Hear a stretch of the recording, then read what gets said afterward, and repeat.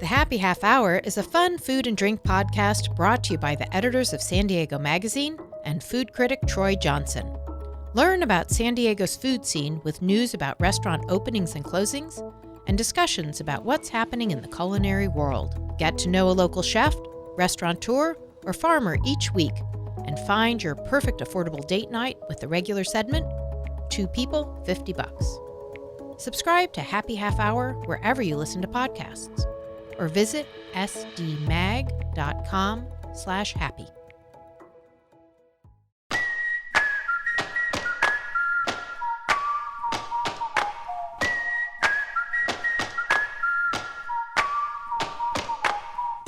Thanks for joining us on the Voice of San Diego podcast in partnership with News Radio 600 Kogo. I am Scott Lewis, the CEO and editor-in-chief at Voice. I am joined here, as always, well, almost always, by Andrew Keats, assistant editor. Hello. And our managing editor, Sarah Libby. Hello. Hi. So coming up on the show today, I personally have never been more optimistic that something will actually happen on the Mission Valley Stadium land. Question. Yeah. Is anyone supposed to care about your personal optimism? Yes. They listen to the show. They're big fans. Okay, good. Clarified. Move on. I'm just not optimistic about anything happening ever, as a general rule. It's fine. It's a San Diego stasis. Yes. The sort of like inertia of everything. So yes, there is a dispute, and yes, it's not insignificant, but we will help you understand it. Also, the pride and joy, the legacy project, the last one he's got, Mayor Faulkner's Yes for a Better of San Diego. They decided to stick with that name. My God, they decided to stick with that name. It's got an exclamation point in the middle of it. Yes for a Better San Diego has been launched, catapulted into the stratosphere of public discussion. We will talk about what's going on. I guess just that. We'll just talk about that. Also on the show today, a big plan for homelessness has been released. Lisa Halverstadt has written 400,000 words about it. Yes. Spread among 716 stories. But it's her Super Bowl. We're going to talk about that. And it's been a year, and there's still no plan for vacation rentals. So we'll talk about how that's also not happening. There you go. All Just right. a murderer's row of Voice of San Diego podcast topics there. Yeah, all of them is hitting. And on the second half, we have County Supervisor Nathan Fletcher, newly minted chair of MTS, correct? That happened? Question. Yes. Do you deserve a point in our contest when we said that in the draft, people would be awarded points if anyone assumed positions that were part of the dominoes that were offset? And MTS chair is not an elected position. It is an appointed position, but it was vacated by Georgette by virtue of her running for the 53rd district, and you did select Nathan Fletcher. It did. It is he was elected by his peers on the board, right? I think I get a point.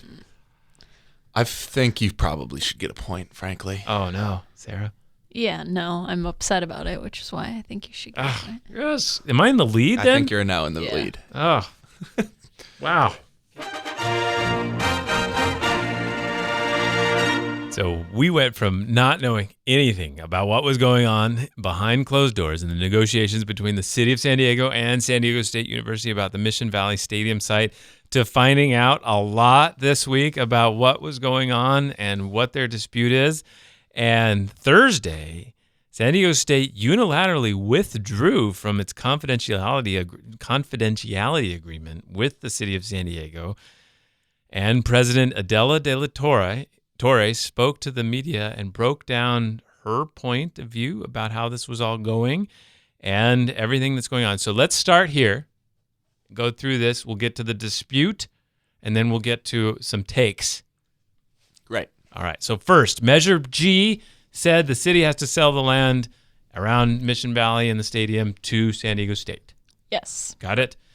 That's the problem now is that land needs to get actually sold for a fair market value, and so they need to decide what that is, right? Right. They decided to come up with an appraisal that they would both pay for, and that appraisal would come out with the fair market value. Then they could make an actual sales agreement for a fair and equitable transfer of the property. Got it? Yes. Crystal I'm with clear. you. All right. The appraisal has come out, I guess the second draft of it, which sort of itself somehow exposed this dispute. I think something else is going on about why this came out when it did, Right. Yes. but we don't know that yet. We're going to figure that out. The appraisal says this, that the fair market value of the land, when you subtract the obligation to build a large park and to demolish the stadium, is $68.2 million. Along with some other things, offsite improvements, that sort of thing. Yeah. $68 million. $68.2 million.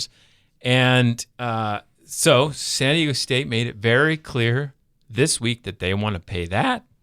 They want to build the park on top of that, this big river park, 34 acres, not next to the river, to be clear, Right. but close to the river, adjacent.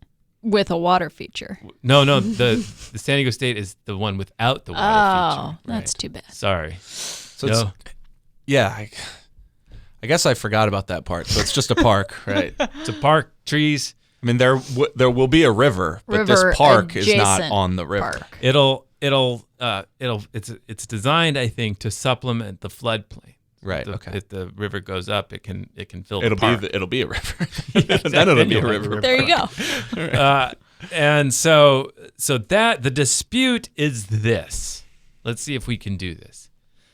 The city says, no. The appraisal is that the land is $86 million. You shouldn't deduct the demolition of the stadium. Demolishment. It's good. Oh, it's like a Kiss album. And you shouldn't count the river park construction and deduct that from the price. You should pay the full price because you said you would build the park on top of that. You said to voters, we wouldn't let the city's general fund have to pay for this. And if you shortchange us, or in their view, don't pay the full price of the whole value of the land, you're making us pay for it. Now, San Diego State comes back and says, nah. The thing is, everyone would have to build that park if they built this thing. It's a cost of... It's almost like a liability. Yeah, it's like trying to live in a house without a roof. If the roof doesn't work in the house that you're going to buy, you're going to ask for a discount to the price. Right. Now, and the argument from SDSU is now that means we're paying for the park twice. Yeah, so if we have to pay the full price and build the park on top of it, that's too much. It's double. Right. Paying double. Right. So that's the dispute. So it's about $18 million. Yeah, that's the more simple way to get about it is like that's all by way of explanation. The brass tacks thing is they're $18 million apart about what they think the price of this thing should be. Which, on the one hand, all this complexity and all this argument may make it seem like they're far apart. But to me, that doesn't seem like that big of a deal. And it seems like we're very close to them actually making a deal to sell the land. And it actually seems to make a lot of the dispute like noise that you'd expect in a negotiation. It also just seems like for the scale of the project, it's not that big of an amount of money. Exactly. It's a small amount of money. And in 50 years, will anyone care about this amount? Now, you did some math, Andy, and the president of SDSU did some math. So as an order of trying to like contextualize this, so Soccer City was willing for this larger area of the whole 230 acres around Qualcomm Stadium. They were willing to pay $83 million, which came out to about $355,000 an acre. I have a slight correction. That first price includes everything that they were going to buy. The $355,000 per acre is specific to the land that is developable. Right. They had a lower price per acre for this like wetland preservation land that would also be in the deal. Cool. So the land that is most comparable to the land that is being sold in SDSU West for Soccer City was appraised at about $355,000 an acre. And thus they would have paid $47 million for it. Yeah, I think I came out to 52.1, but Okay. let's call it 50. Okay, $50 million. SDSU's wanting to spend $68.2 million for 132 acres, which is about $500,000 an acre. Right. At 516. And so it looks like by that marker, SDSU, they were both going to have to pay for the park on top of that. If you read my tweet thread the other day, I got that wrong. There was both of those would have a park payment on top of it. The 5 people who read your tweet thread, well, They're nodding along. they're like, oh, okay, that makes sense. Thanks. Good, Our good entire correction. listener base that you just insulted. So, in other words, if you use that marker, plus she came out, the president of the university, and said that they were willing to help with that bridge, Fenton Parkway Bridge. Which also seems new because Yes. the environmental impact report for the project doesn't say that. Or at least the city didn't interpret it as saying that. In other words, this might be a pretty good deal for the city compared to what the city staff was already working out with Soccer City. Compared to that, and especially compared to some of the more fatalistic fears that had perpetuated after Measure G passed, such as Councilman Scott Sherman writing an op-ed where he said, there were rumors in City Hall that they would give it away. Right. I mean, that's not happening. No, $68 million is more than $0. More than $1. I, too, have been engaged in the math on this. That's the math that I did. Yeah. Well, so now, again, things can fall apart. It sounds like San Diego State is on Monday going to deliver an actual offer for the land to the city. Now, and then so that might be what they're considering at City Council on Monday. There's been a lot of terse statements from the city to media outlets on the order of, we look forward to receiving an offer. Right. Which is exactly how I handle fantasy football trades when I'm trying to get things moving. So that is the state of that deal, and San Diego State seems into it. They seem ready to go. The city is in a position to get rid of the stadium, let somebody else pay for that, and get a little money in. I don't know. This feels like it might be coming together as at least tense as it got. At least this portion of it. Yeah. I mean, this is still like a $1 billion project, right, that's going to play out over decades. So there's many more things after the transfer of the land. But yeah, I think in some ways all this noise is belying the proximity that they are to a deal. Mm-hmm. Mm-hmm.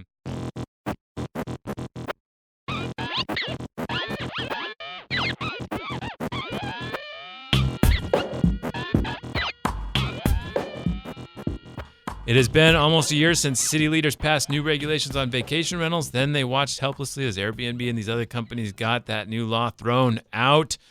Politicians promised to work quickly to get a new proposal together. One side still wants severe restrictions, while the other side wants clear but permissive rules. And then over the last year, how much has happened, Sarah? So, not any things. Maybe this is more an indictment of me. But even I was shocked at all of the quotes in Lisa's story about where vacation rentals are. It was literally just a litany of, nothing has happened. We sure would like it if something happened, but to be clear, nothing is happening. There is nothing. Nothing is happening. This broke the city. Yeah. This issue broke their brain. Like, they can't do it. This was the thing that Councilman Chris Cates said we are incapable of legislating over. Yeah. This was the topic. Yeah, it broke them. So hopefully somebody can put them back together. Well, I think one possible explanation is that people are not being entirely truthful when they say they want something to happen. That could be it. It may be that both sides are better off maintaining the status quo and arguing for the entirety of their view than they are passing legislation together. Yeah, and I mean, I saw a lot of people on Twitter and even in the story arguing, like, it's not their fault Airbnb, came in with this threat of a ballot measure. But, leaders could choose to not kowtow to that threat. That is a thing that city leaders could do. Right, which they did. Yeah, exactly. So yeah, you could Or force try the to issue at the ballot box. Exactly. Or try to appease them somehow. Right. Like there's ways out. Yes. But like as you point out, I think like it's probably more comfortable politically for them to stay in some cases as the aggrieved parties, like, oh, we're being victimized by what's happening, or to just keep operating the way they are without the restrictions. Yes, I mean, yeah, exactly. I mean, right now the vacation rentals are operating. Those operate in the city right now, and the people who don't want that to happen, you know, by their way of viewing things, they've got a city attorney who says those things are illegal. You know, so like, it's going to be hard for them to get a city council passed set of policies that's better than the city attorney's interpretation that all of them are illegal right now. Mm-hmm. And from the Airbnb perspective, they're kind of operating with impunity, so it's going to be hard to be much better than that. Yes. So we will stay tuned for how nothing happens on that. Yeah. Again. Yeah. Watching closely the nothingness. We will come here and stare deeply into that void. I promise you, our loyal listeners.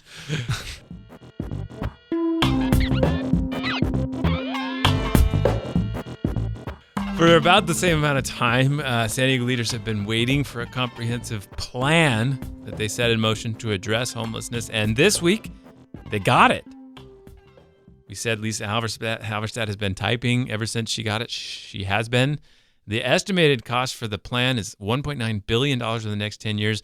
It recommends 3,500 new supportive housing units, hundreds of slots of rental assistance, shelters, subsidies to help people who are on the brink of homelessness. And so this plan is supposed to inform the other thing that was announced this week. This is the Yes for a Better San Diego measure. They finally launched it into the sky to fly and spread its good cheer. The Yes for a Better San Diego measure that would raise taxes to fund the convention center expansion and homeless services, which was waiting for this plan to decide how to divvy out that money, at least in part, right? Yeah. Scott had his arms out in flight, just to be clear, the entire time he was saying that. Well, I would challenge them to come up with a better name for this initiative so I could describe it, the convention center roads homeless services thing, and they've just decided to stick with Yes for a Better San Diego. I mean, probably to troll me. To be honest, I think that is better than what you just said. I know it's because it's too hard for them, and they're going to make me come up with a word unifying all these things, aren't they? I'd hate the way you framed that. I really hate it. Well, they've put that obligation on me. He did it again. I hated it the second time too. Well, so the money would go, of course, to expanding the convention center. Now Faulkner said when he announced this, Mayor Faulkner said, "What a fantastic cross section of people this has brought together," or something along those lines. Thousands of jobs, homelessness addressed. It's really unprecedented. Yeah, I mean, the thing is, all right, so like we've snarked on this proposal like a half dozen times. For like 8 years. Yeah. I was going to say like full episodes that were like, right. But through it all, they have somehow managed to keep this coalition together. Yeah. And it is a very broad coalition. Yeah. You Labor, know? So like business, yeah, hotels. There's like there's genuinely a half dozen times it seemed like it would totally die, and it hasn't. Right, and this would raise hotel taxes. You've got the hotels on board with that. You've got labor on board. Now, I snark on that because I remember when the hotels and labor were on board of a hotel tax in 2004. Yeah, but one man was not. Doug Manchester, correct, yes. So I haven't called Papa. See how this one resonates. Yeah. I probably should check that out. So hopefully they'll put up somebody for the PolitiFest debate about this, and we're still waiting on that debate for PolitiFest. It's the only one that I'm still unsure how it's going to come together yet. I bet it'll come together well. Do you think so? Yeah, It always does, right? I think you don't have anything to worry about, my man. Yeah. Why? Because you're going to take care of it? No. I just think it'll take care of itself. I think these things tend to, and that one will also.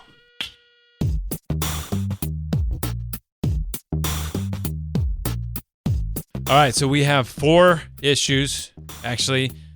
Mission Valley developed by SDSU.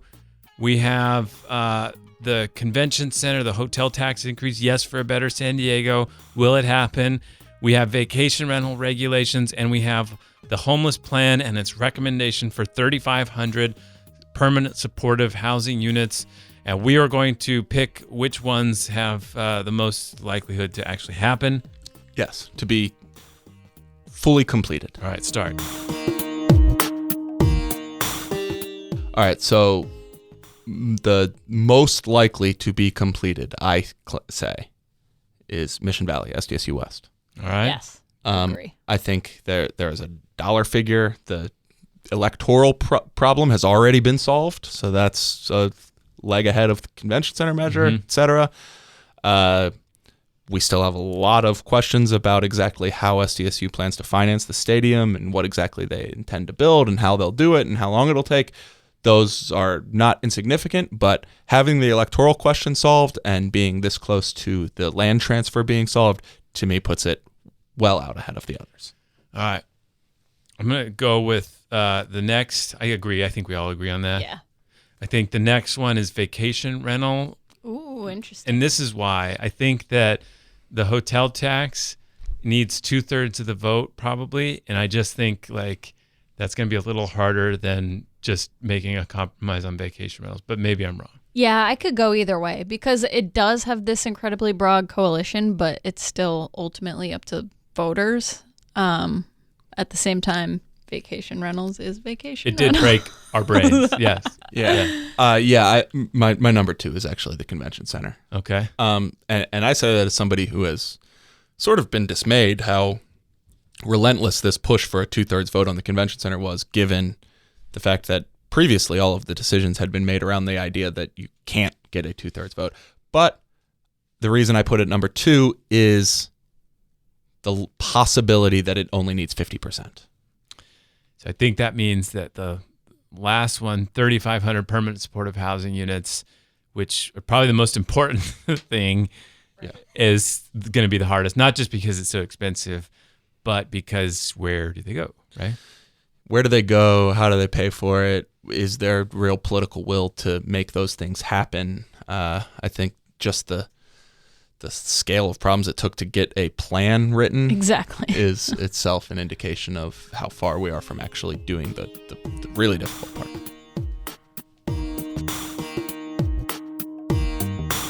All right, coming up on the other side of the break, we will talk to County Supervisor Nathan Fletcher. He was just named the new board chair at the Metropolitan Transit System. Got a lot going on. We'll get his take on the state of transit and the proposal to raise taxes for transit. Stay with us.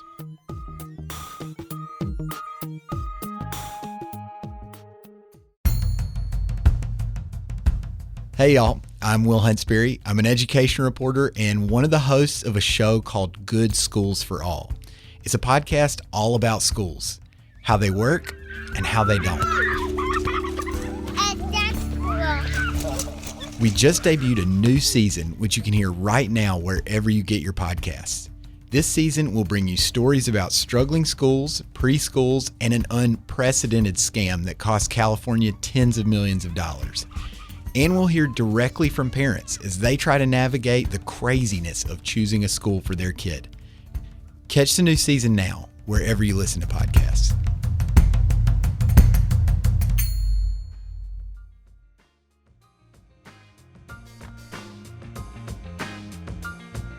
We are joined in the great Voice San Diego podcast studio by Nathan Fletcher, County Supervisor, and not a candidate for manager of the Padres.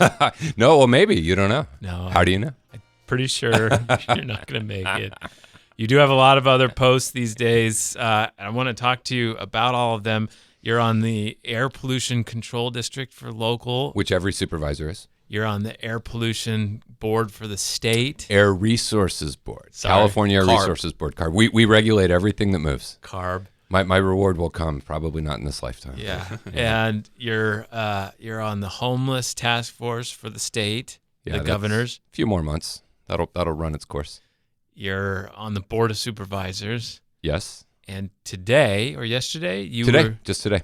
So this Thursday, you were made the chair of the Metropolitan Transit System. Yep. Did I miss any? LAFCO or something? Well, no, I've avoided LAFCO. It seems like fascinating work, but I've definitely avoided that one. Lorena's husband. I mean, that keeps me a little busy. I think the obviously county supervisor is your day job and your focus, and we're certainly really busy there. I think in a lot of ways the work at CARB, at the Air Resources Board and MTS, there's a real alignment there in terms of things. And so I think that those two in large part go together and can be really beneficial to MTS and to our region. But is that too much? No, it's never too much. You just work harder. You just get up a little bit earlier. All right. I think I have a great team. I've got a great staff. We did have to assess when Georgette said, hey, I'm going to planning to step down at MTS. I would like for you to take it. And a few of the other board members all said, hey, we'd like for you to take it. We had to assess internally, do we have the capacity to really commit to do this?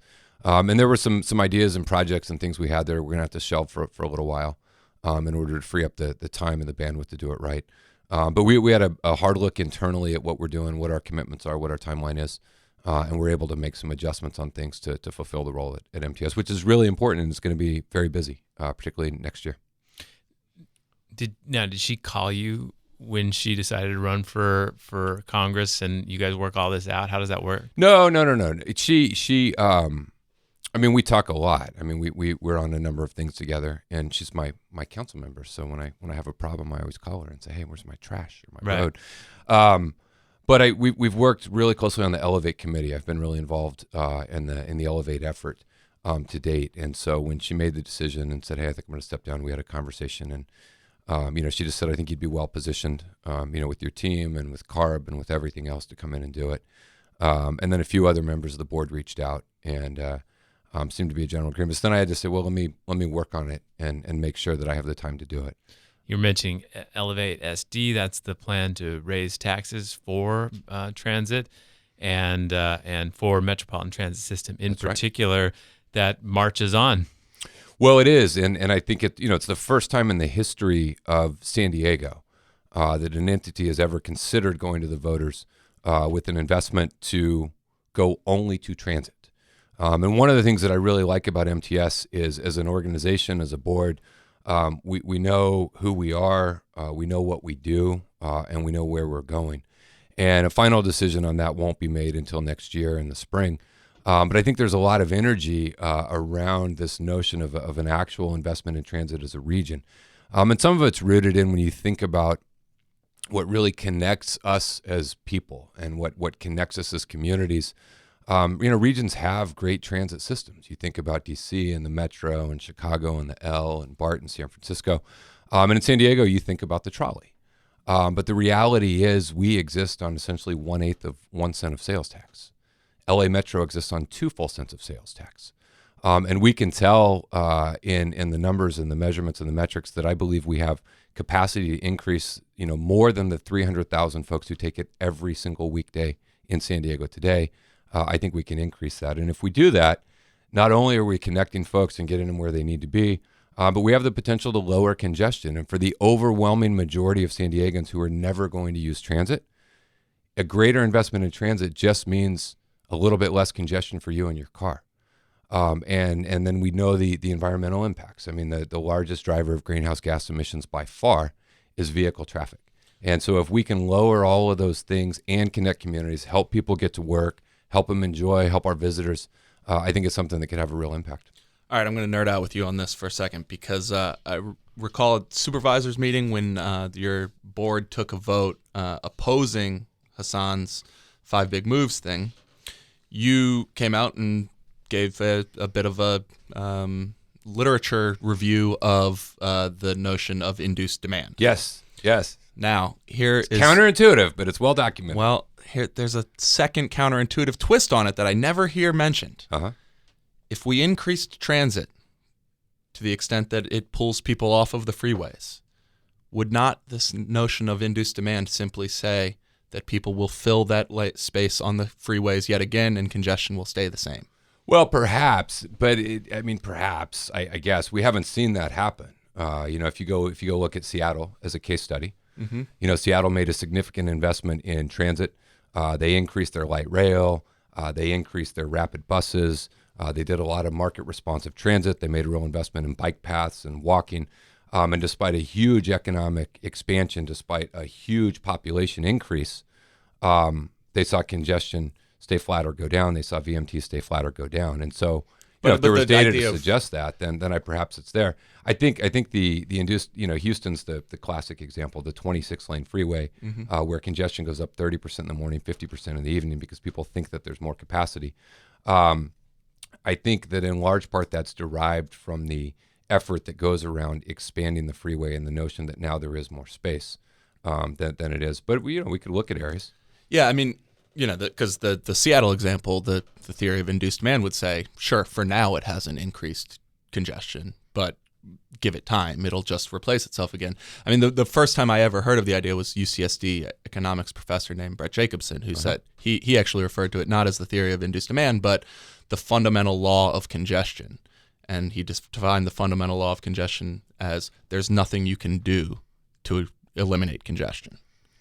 That everything you do to eliminate congestion essentially incentivizes people to replace that congestion. To replace that congestion with something else. Every person you coax off the road will be replaced by somebody who was previously staying off the road because that person was in their place. But wouldn't it be a great thing in San Diego if we had a world-class transit system and so many people were taking transit that was what we were debating? And now that is exactly the point, I think, which is that induced demand doesn't mean that it's a bad idea.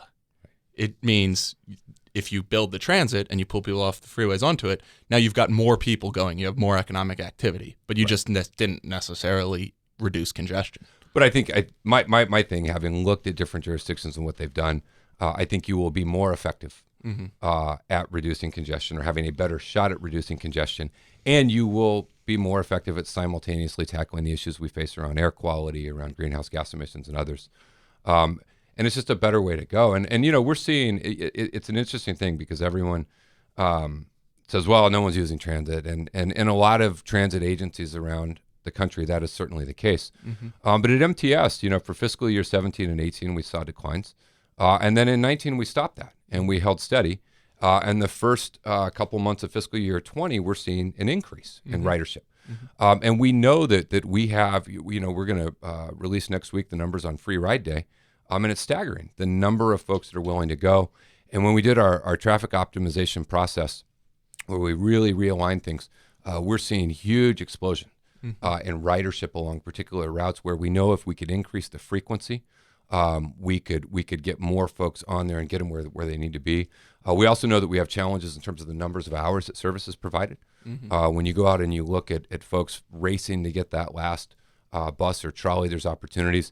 And then through the Elevate process, there's some really exciting ideas that are coming together, whether we're talking about expansion of the trolley, perhaps the Purple Line, whether we're talking about a water ferry system in partnership with the Navy, whether we're looking at perhaps some aerial tramways. I mean, all of those things are there. But I'll tell you, there's some things that I think really make a lot of sense. We're in conversations, negotiations with Caltrans right now. We had on the 805, we took the shoulder and we made it a bus-only lane. And so buses are shooting down that line.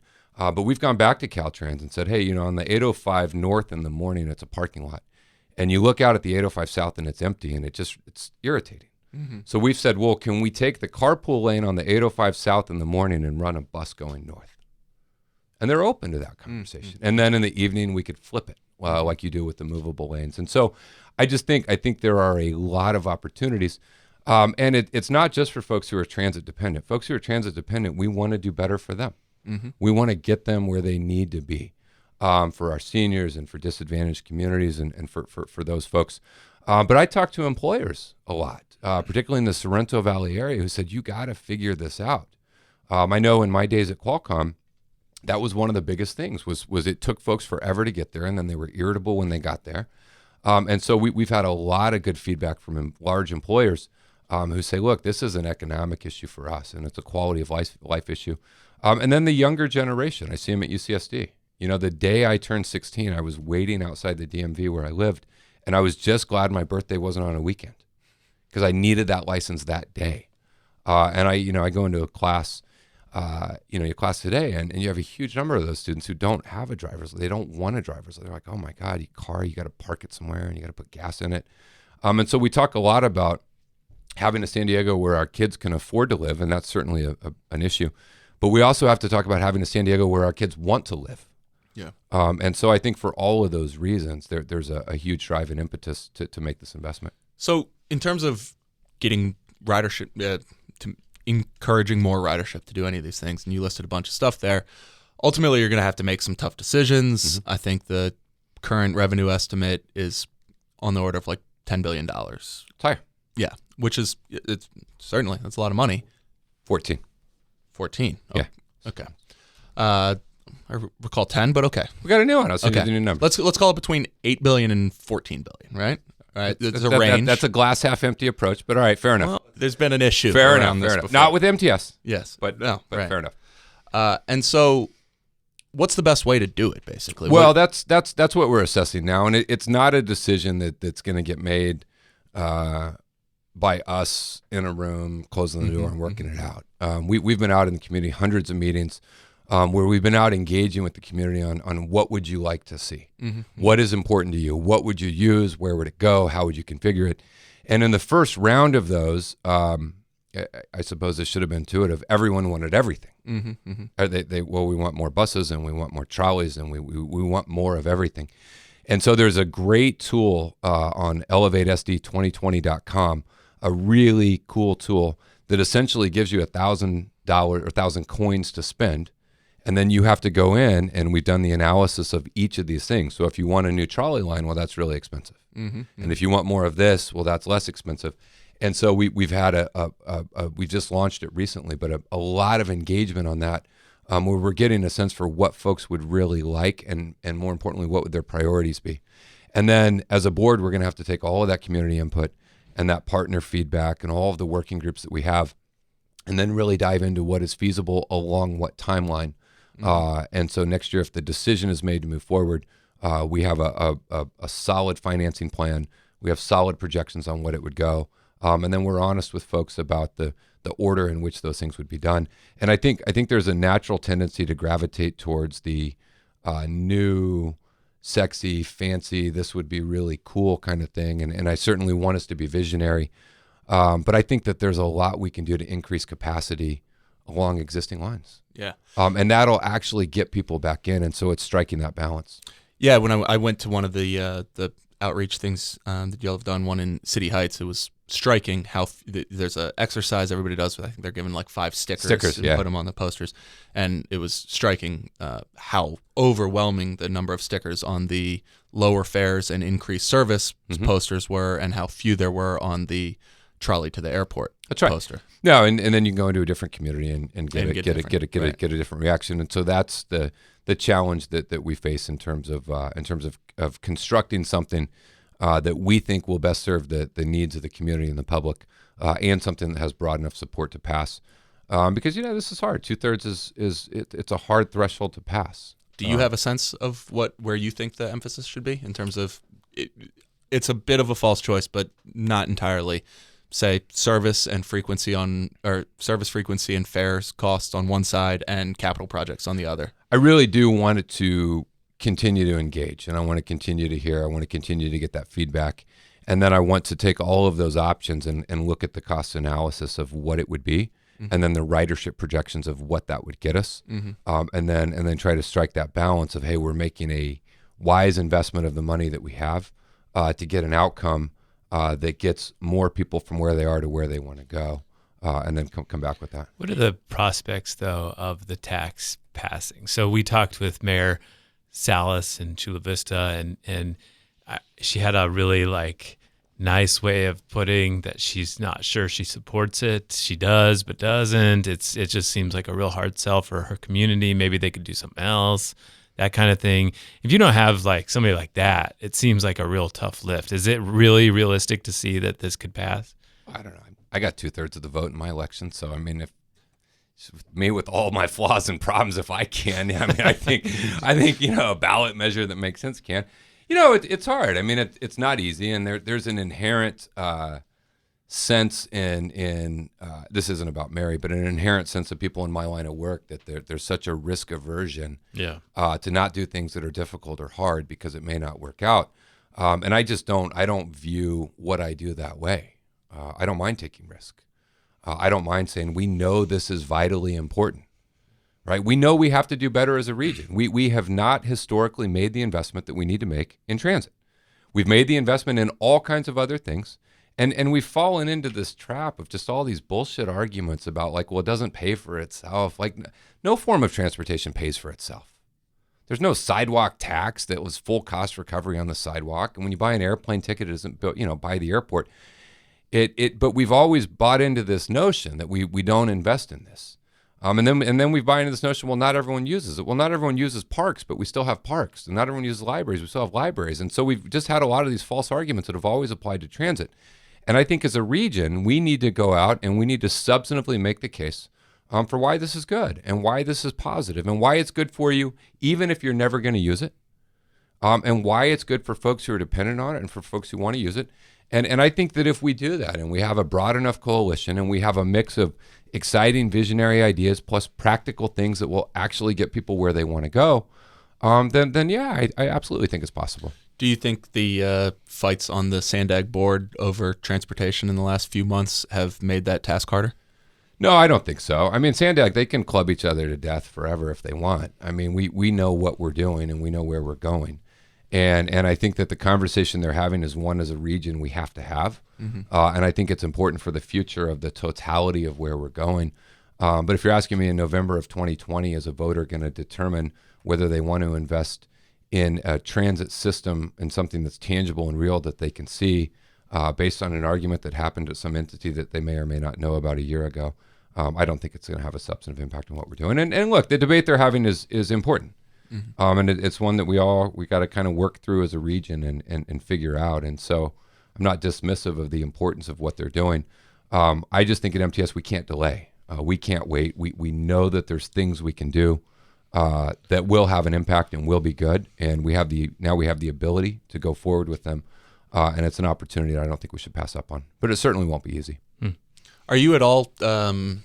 Does your analysis of how the composition of the measure should be structured at all concerned with MTS not having a recent history building capital projects the way Sandag has?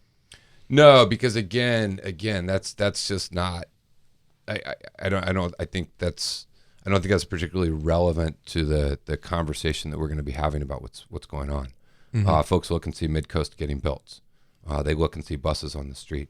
And so do we have the capacity to put more buses on the street and to potentially build more trolley? Of course we do. Mm-hmm, mm-hmm. And so I think that's going to be a broader conversation about will 2/3 of San Diego vote to invest in something that 2/3 of San Diegans will probably never use, and going to that 2/3 that will never use it and making a case for why, even if you're not going to use it, it's still good for you and it's still the right thing to do for our region.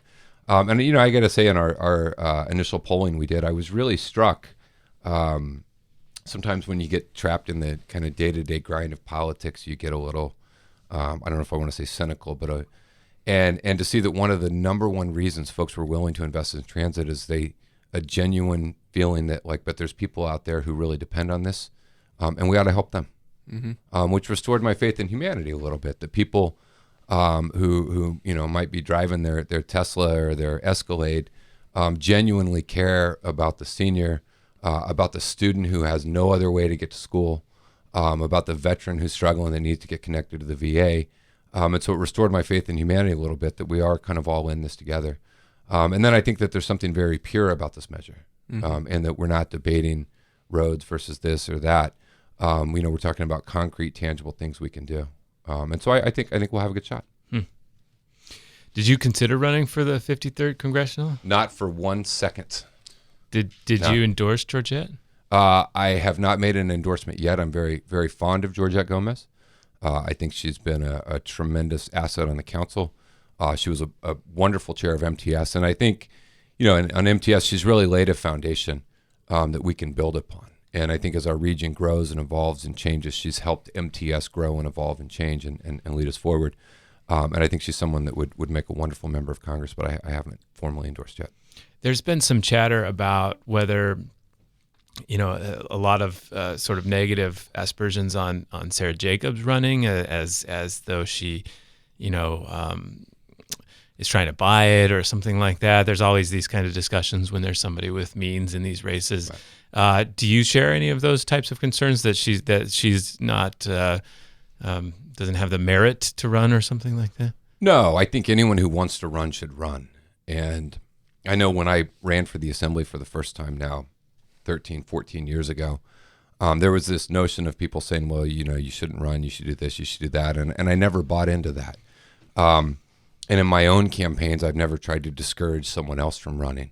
I just think if you want to run and you're committed and you have a vision, then you should go out and share that with the voters. And ultimately, it's their decision to decide who they want to represent them. And voters look at a variety of factors. They look at the authenticity and the experience and all of the different things that they do. And so I don't begrudge anyone for having had success or using their own funds to get in. And I certainly don't disparage anyone for being ambitious or wanting to achieve or to move quickly. I think that all those things are things that voters take into account and decide. And so I've just always thought this notion of telling people you shouldn't run or you should do this or you should do that. Well, look, you should do what you think you want to do. Mm-hmm. And ultimately that's the voter's decision to make, Alter. There's two measures that are going on the March ballot that have particular significance for the county. One is this referendum on housing development. I believe you opposed Newland Sierra. So I can imagine you might support that referendum. Right. The other one is really interesting. It would restrict growth in the unincorporated areas all across the county. Right. And if it passed, would have significant impacts, I think, on that sort of discussion. Yep. Do you support that too? No, I don't. And here's why. I support the aims and the goals of that. And my problem with what's happening at the county when it comes to land use is that we've fiscalized land use in what I think is a negative way. And what I mean by that is consistent with the general plan. There's some 80,000 units of housing that could be built today consistent with the county general plan. And so when the county went through a multi-year process with everyone at the table, environmentalists, and we looked at where should housing be, we took into account transportation corridors, we took into account high fire areas, we took into account multiple species conservation plans, and we said this is the plan. Now, once that plan was adopted, the land where that housing could be built had value because you could build housing on it. The land that we said you can't build housing there had no value. And so when we allow folks, and I'm not mad at folks who are developers, they're in business to make money. That's what they do. And so it's not a nefarious aim. But when we allow them to go buy land that is essentially worthless for pennies on the dollar and then jam through a general plan amendment, we've fiscalized the return on investment for that land. And we've disincentivized the building in areas where it actually makes sense. And so we've created a thing where we are not getting the application for permits to build housing in areas where it's zoned and appropriate to build it, because the incentive is to do any variety of these land use decisions that we've seen come down the pike. And so it's not helping us tackle the housing crisis. It's also creating huge problems when it comes to spiking our vehicle miles traveled, when it comes to habitat, when it comes to species, when it comes to land conservation, and when it comes to fire danger. I mean, look, there is a real problem coming that a lot of these projects, there's no guarantee you're going to be able to get insurance. And it's not, and I'll tell you this, I mean, if those folks in the insurance industry cannot figure out how to make money off of insuring you, I mean, you're seeing examples throughout California where they're not saying, well, you have to pay us 10 times what you pay us now. They're saying there is no dollar amount you can pay me that is worth me insuring your home. That's what I call an indicator. I mean, that indicates there could be something wrong there. And so I just think that the general approach of pushing through these general plan amendments without commenting on anything pending before us is problematic. And so I think that the intention behind that measure is really good. I just struggled a lot when I was at the state, that at the end of the day, we get elected to make these decisions. And so I think if we want to have a world where every land use decision goes to a vote of the public, then you don't need us to be there to make those. And so I just generally am not a fan of that approach philosophically. So, okay, that's interesting. As you were talking, I was going to interrupt to say, it sounds like you would support the SOS initiative. No, I support the intention behind it, and I support the aim, and I have a lot of friends that are involved in it.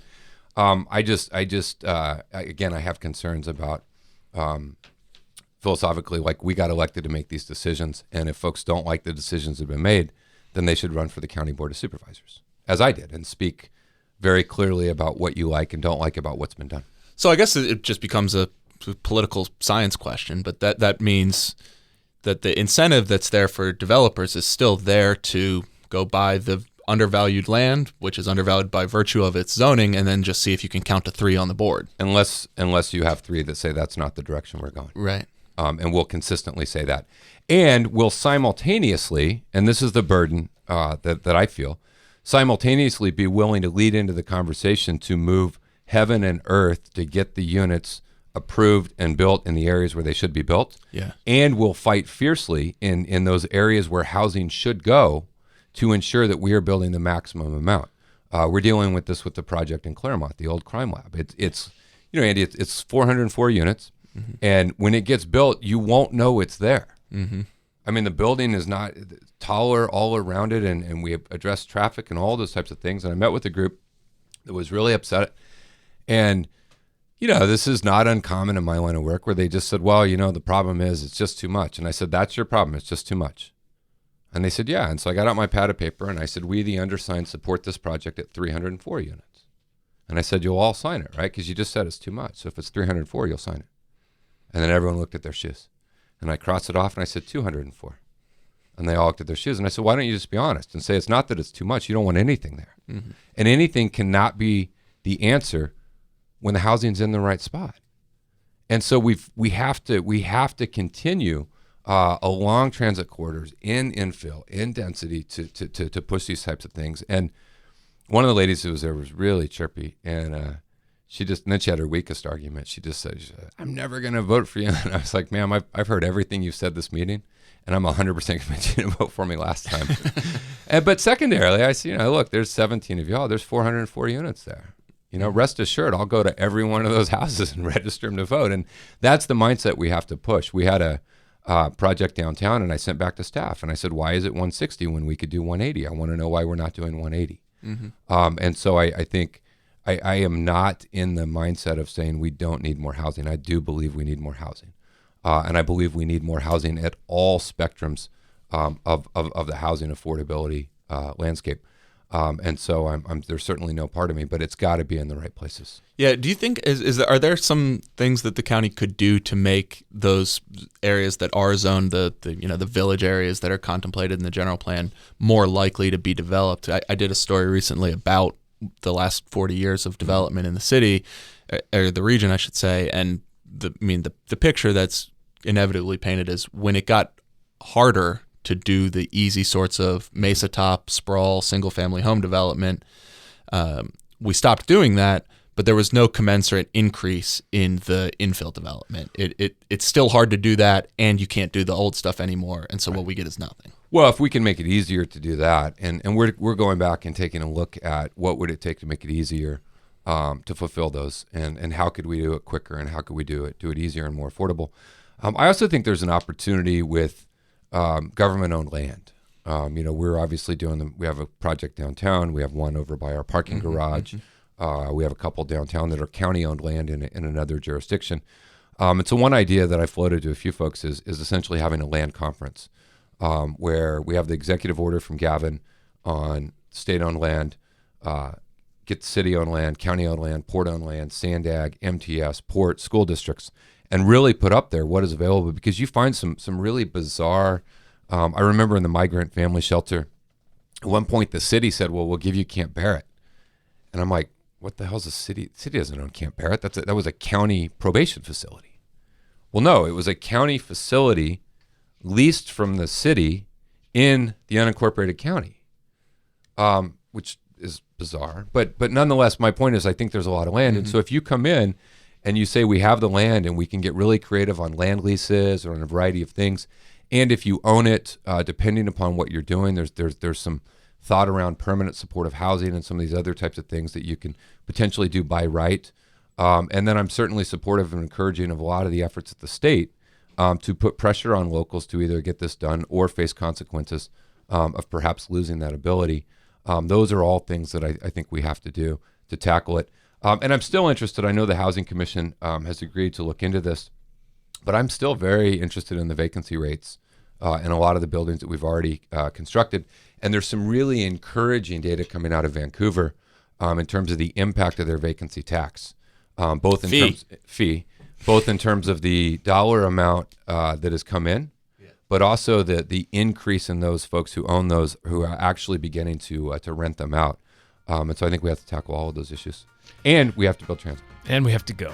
All right. Nathan Fletcher, thanks for coming in. Good to see you. Thanks. Thanks for listening to the Voice of San Diego podcast, the single most popular public affairs podcast that is recorded in downtown San Diego in this quadrant of the urban core of San Diego County. Okay, 2 things before you go. First, we have a new episode of Good Schools for All out this week. It's good. It's about universal pre-K and the lack of universality of it. It would be a good thing if we could get it, maybe. Get the latest episode in the show notes. And last thing, PolitiFest. It's happening. It's our biggest event ever. I think we've sold so many tickets, so many panelists, so much attention. It's already coming. Get your tickets as soon as possible. This year, the summit is all about housing, transportation, and homelessness. It is just a couple weeks away. Man, we got to start getting ready. Get your tickets at politifest.org. I'm Scott Lewis, editor-in-chief at Voice. Andrew Keats is assistant editor. Sarah Libby is managing editor. And this show was produced by Nate, John, Adriana Hildes, and Megan Wood. We will talk to you next week.